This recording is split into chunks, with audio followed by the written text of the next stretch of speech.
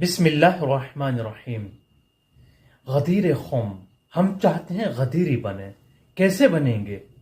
غدیری بننے کے لیے سب سے پہلے خطبہ غدیر خم کو پڑھنا پڑے گا، اور یہ ذمہ داری علماء اور خطباء کی ہے کہ لوگوں کو خطبہ عید غدیر سے آشنا کرائیں۔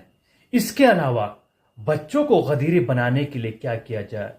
بچوں کو غدیری بنانے کے لیے منظر کشی کی جائے، ان کو غدیر کا منظر ان کی آنکھوں کے سامنے سے گزارا جائے، یعنی کھلونے کی شکل میں، کھیل کی شکل میں بچوں کو ہم غدیری بنائیں، یعنی غدیر کے بارے میں ان کو سکھایا جائے، چاہے وہ کارٹون کی شکل میں ہو، چاہے وہ پینٹنگ کی شکل میں ہو۔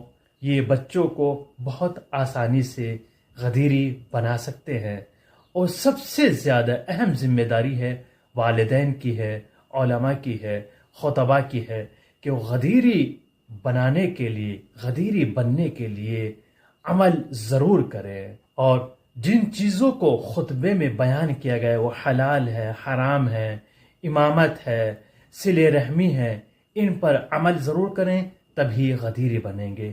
صرف جشن منانا اور مٹھائیاں تقسیم کرنے سے کوئی غدیری نہیں بنتا ہے۔